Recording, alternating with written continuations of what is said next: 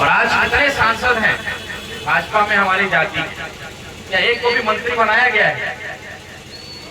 आज बिहार में किसी भी राजपूत को अगर मंत्री बनाया जाता है तो सबसे घटिया विभाग उसको दिया जाता है। आप ही के बगल के हैं हमारे बड़े भाई राजू सिंह जी, क्या विभाग मिला है? पर्यटन विभाग। इससे पहले इस्माइल मंसूरी साहब ने क्या विभाग मिला था? IT विभाग, जिसका बजट शून्य है। मेरे जिला से आते हैं डॉक्टर शमीम साहब, उनको क्या मिला था? लॉ विभाग। मतलब हमको बेवकूफ समझा हुआ।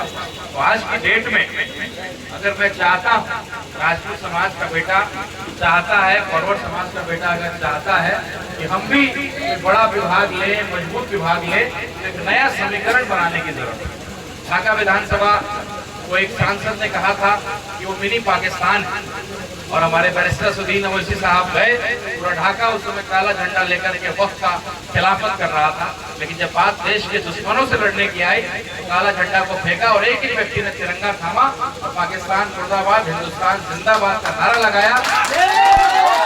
और जो एक दाग लगाया था एक पूर्व सांसद ने, ये मेरी पाकिस्तान, उसका करारा जवाब वहां से ढाका की जनता ने दिया।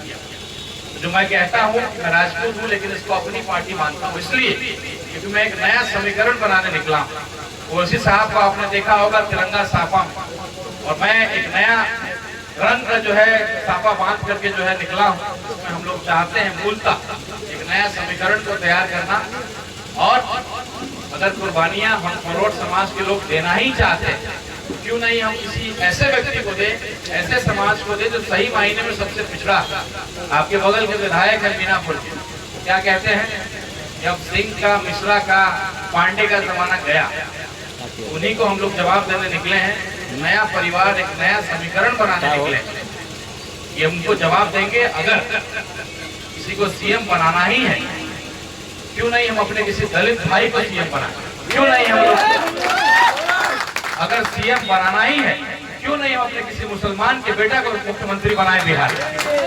अगर हम फॉरवर्ड समाज के लोगों को कुर्बानियां देनी ही है, कुर्बानी हम लोग देते भी हैं, और हमारी जनसंख्या बड़ी कम, हम अकेले किसी पार्टी के पास जा करके या अपनी जाति को खड़ा करके शायद बड़ा विभाग, बड़ा मंत्रालय नहीं ले पाए। तो हम लोग के पास आज कोई विकल्प नहीं। आज यादव की अपनी पार्टी है, मांझी की अपनी पार्टी है, पासवान की अपनी पार्टी है, कोयरी की अपनी पार्टी है, कुर्मी की अपनी पार्टी है, यहाँ तक कि मांझी समाज सबसे पिछड़ा, उसकी अपनी पार्टी है। तो आपसे अगर मैं सवाल करूं कि मुसलमानों की कौन सी पार्टी है, कोई जवाब है आपके? अगर आपका हाथ कट जाए, आपका पैर कट जाए तो आप जिंदा तो कहलाते हैं, लेकिन जिस दिन आपका गर्दन कट जाएगा आप जिंदा नहीं कहलाएंगे। तो अगर जिंदा कौम कहलाना है तो अपने लीडर को चुनना पड़ेगा, अपनी पार्टी को खड़ा करना पड़ेगा। तो एक नया समीकरण लेकर के हम लोग निकले हैं। दलित समाज के भाइयों को, मुस्लिम समाज के भाइयों को, फॉरवर्ड समाज के भाइयों को, हर गरीब को जिसके साथ नाइंसाफी हुआ है, उनको लेकर के एक नया समीकरण करने निकले हैं। इस कड़ी में आज हिंदू का बेटा आकर के आपको आजान करने निकला कि आप अपनी ताकत को भूल गए। आप कितने ताकतवर हैं, 17% आपकी आबादी है, लेकिन आप अपनी ताकत को भूल गए हैं। जैसे हम लोग के रामायण में कहानी है, बजरंगबली अक्सर भूल जाते थे कितने ताकतवर हैं।